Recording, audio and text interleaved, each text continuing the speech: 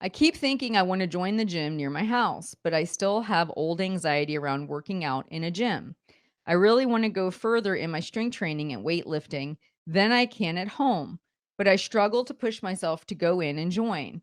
It's a family owned gym, so thought it might be better than a big box gym, but maybe not. I know you've answered this before, but how should I approach asking them for instruction for weightlifting with good form without needing to have a personal trainer? I'm paying all the time, maybe 1 to 2 paid sessions. I will help it I will it will help me enough to do it on my own. How do I know if they are knowledgeable? Good question. All right, so the first thing that you want to think about when you're going into a gym is, are you comfortable there? Kind of what is the culture? And that would be one of the first questions I would ask.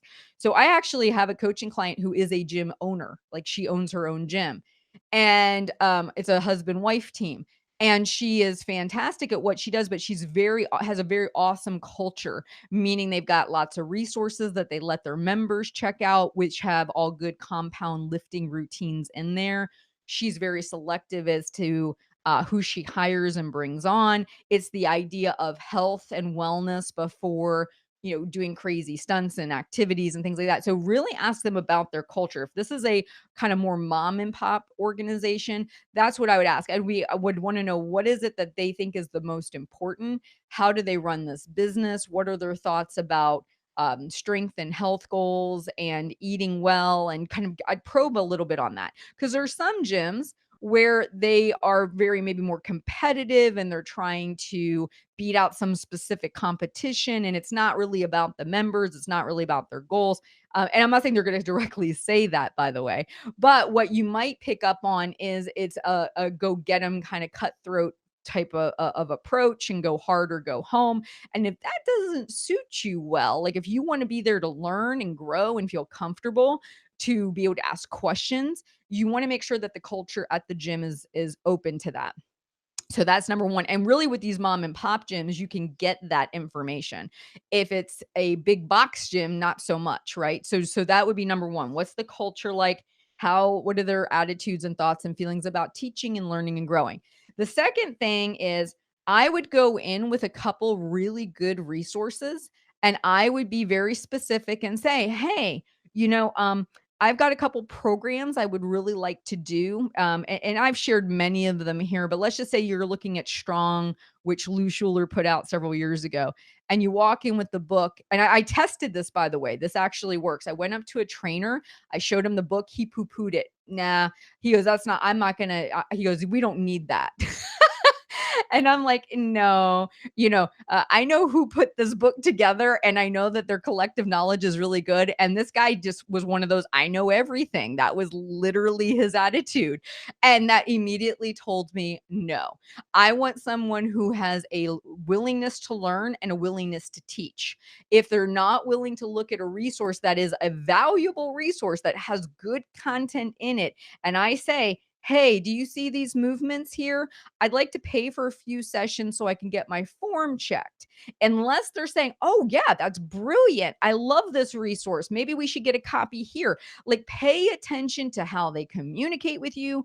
Pay attention. They don't have to know everything, but they need to be willing to listen to you. They need to be willing to teach you. And if they're not willing to do those two things, again, I would take my business elsewhere. So go in with a couple good resources once you've called about the culture, and talk to the owner a little bit and just kind of feel them out.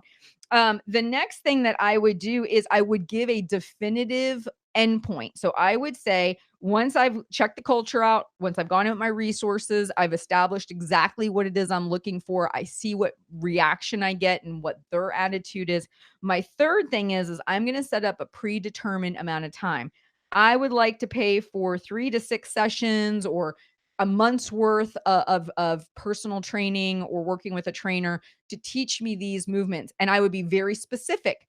I want to know how to do a squat. I want to know how to do a bench press. And every time I see you, this is what I want us to be working on. And I want you to let me know if you see anything in my movement pattern I should be worried about and maybe be working on. Because keep in mind, if you are like most people, you might have tightness in one thing and not another. And so it alters your movement pattern. So you may need to be doing some supplementary work to help correct that.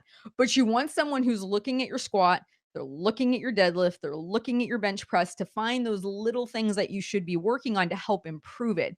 So really those are the big nuggets of what I would encourage you to think about. And then upon the deadline, right? You just say, I'm coming up on my last session.